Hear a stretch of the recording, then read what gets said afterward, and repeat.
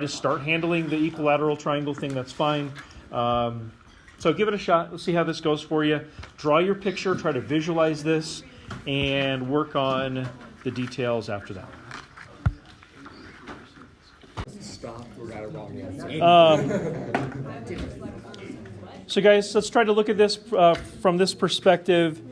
Here's the y, here's the x, and then the line, let's see here, negative 1/2 x plus 1 comes in like this, and 1/2 x minus 1 does something like that. Let me try one more time. Whoa, why is it doing that? Not what I wanted. Guess that'll have to do. So from a base region perspective, do you guys see that? Did anybody try to draw this in perspective? I think that helps. So let me try that. If I try to do this in perspective, then the y-axis does this, the x-axis does that, then my red line would look about like this, and my blue line would look something like that. Does that make sense too, from a perspective? Three-dimensionalizing this a little bit. Okay. So then I want to try to sketch in these cross sections, or at least a couple of them. So the cross sections would look maybe like this. They're equilateral triangles, and so they're going to be perpendicular to the x-axis as mentioned, stretching across the base, looking something like that. Does that make sense visually? You could draw in a couple of others, get something like that, and you can see that it would form almost like a kind of like a tilted prism. If you think back to some of that geometry language you used, it'd be like a tilted triangular prism if you kind of tipped it up on its left end, I guess. So if you can kind of visualize that, that's good. But now we need to start transitioning over to, well, how do we answer this question as far as what is the volume of the resulting region? So volume equals, for a cross-sectional solid, integral of, in this case, it's going to be a of x dx. And the reason why I used x's is because we're perpendicular to the x-axis. If at any point you guys disagree or have a question or anything like that, just let me know. Anything like that so far? Okay, so if you've got cross-sections or representative elements that are perpendicular to the x, do we accumulate these from the left side to the right or from bottom to top? It's actually left to right. We're going to accumulate this away. Does that make sense? No, when I say bottom to top, I would be talking about this. So if we have, if we look vertically down on these, like a cross-section would look like this, or this, or this. I'm not going to be accumulating those up and down. I'm going to be accumulating those left and right, like so. So I'm gonna. Does that make sense, Johnny? Yeah. Okay. So it's no different than when we did rotation, and it's really no different than when we did area. We're always going to accumulate these vertical elements from left to right. Okay, so then what we need to do is try to figure out what those points would be, those x values. So what would be the x value where I start accumulating? 0. And wouldn't I stop out there at that intersection point? And where do they intersect? 2. Yeah, 2 comma 0. So I'd say integral from 0 to 2 of a of x dx. Okay, so then what I need to do from here on out is I need to figure out what that a of x is going to be, because you got to admit, if I'm right here, the triangle is pretty large, but as I get out here further to the right, the triangles get smaller and smaller. So there is no one single area of the cross-section. And so what I've got to do is put a formula in there. And since these are triangles, I could put volume equals integral from 0 to 2, 1/2 times base times height dx. Okay, so let's try to figure out what goes where. Any ideas on base? I think the base is probably the easier of the two. 2y. Okay, I can go with that. So if this is 2y right here, then, and there is symmetry to this, so I think he's right, you could use this. What would I put in place of y? It's a little complicated, right? Because would you want to use f of x or g of x? Any ideas? And It's just the absolute value. If you put the absolute value, they'll be equal. Like if you take the absolute value. sure, okay. So which one doesn't really need modification based on that? F or g? It's at. You know what we might be able to do? Check this out. Did anybody do, so Jack says 2y, and he's right, we could use this. Did anybody think about it differently? Yeah, Johnny. I did f of x minus g of x. You go high minus low, right? High minus low would deal with it, and I think maybe there'd be possibly less confusion. I don't know. So if you did high minus low, you would say negative 1/2 x plus 1 minus 1/2 x minus 1. So that would give us negative x plus 2. So it's actually that top one that we would use if we were going to take Jack's idea. Okay, so because those would all have positive y values would be the reasoning. Okay, so we'll go volume equals integral from 0 to 2, 1/2. My base is negative x plus 2, and now I've got the height. And of course, isn't the height going to vary also?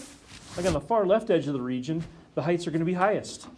And they're going to decrease as you move to the right. So we've got to put another formula in here.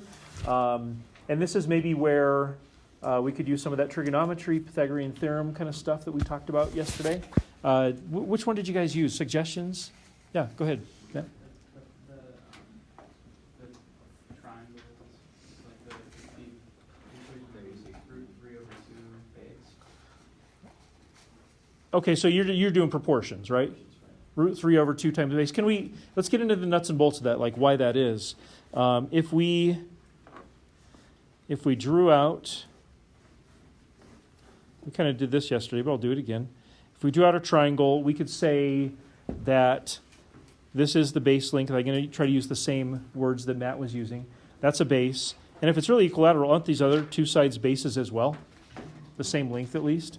So if those are bases, if I took this and split it in half, knowing that it's equilateral, then I would have a base and a height. And I suppose you could leave it at that, right? Because then you could use, did you use the 30, 60, 90, Matt? Yeah. Okay. So then if we're going to do it that way, let's try that again. Your base 30, 60, 90 would be 60, 30, 90 to match the 30 and the 60 and the 90 here. And let's see here, this would be a 1, this would be a root 3, this would be a 2. Yeah, so you could say b is to 1 as h is to root 3, or h is to root 3 as b is to 1. But you're going to find that h is simply root 3 times base. You could get to the same place by doing the Pythagorean theorem. Just right triangle trigonometry without using the similar triangles idea. I like this idea a lot. So then this would end up being root 3 times what we found our base to be, and we found our base was negative x plus 2. Wait, isn't it root 3 base over 2? Whoa, hold on.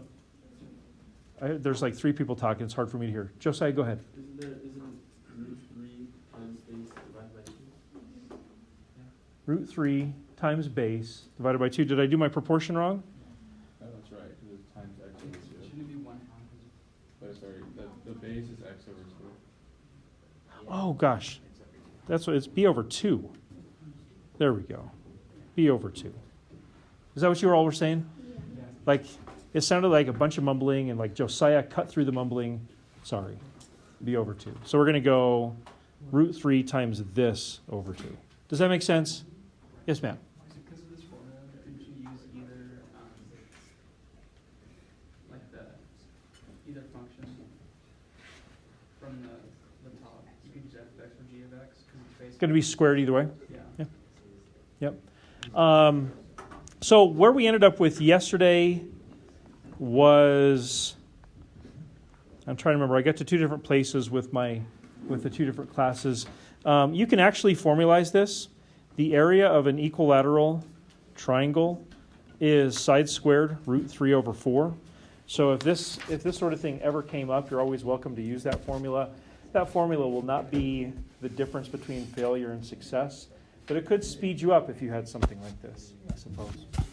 Let's just practice cleaning this up a little bit, and then I don't know if you guys used Math 9 to finish this, or if you went ahead and did it by paper and pencil, but you could clean this up by saying volume equals, we could go root 3 over 4, 0 to 2, negative x plus 2 squared. And I think that would clean it up pretty good. You could obviously FOIL that, go term by term, do your FTC 1, get to a good answer. Did anybody do this, paper and pencil? What'd you get, Nick? It's 2 over root 3. Say again? 2 over root 3. 2 over root 3. Any agreement, confirmation on that? Yes. Yes. So, you could have used Math 9 here. You could have used that. I like both ways. You should be able to do both ways.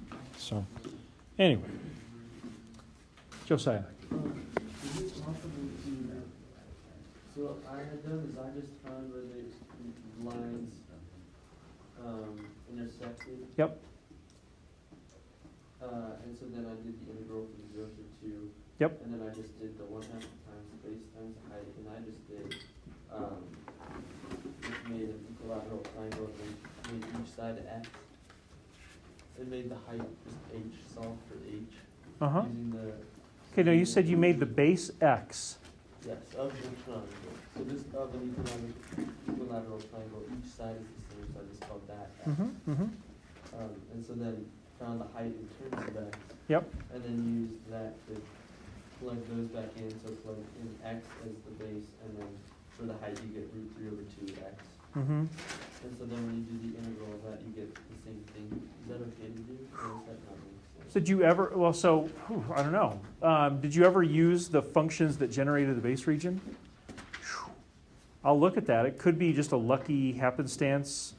That's what I was thinking. 'Cause I'm like, that would've been Yeah. nice that I was able to do it without even using the function. Right, because if we made those slopes steeper and adjusted the y-intercepts, we could still get them to intersect at 2, but then it would be a much wider shape, and then I would think that strategy wouldn't work at all.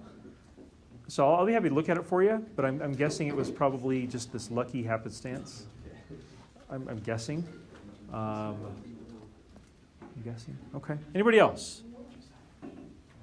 Okay. So what we're going to do from here on out today is practice. So let me get those out to you.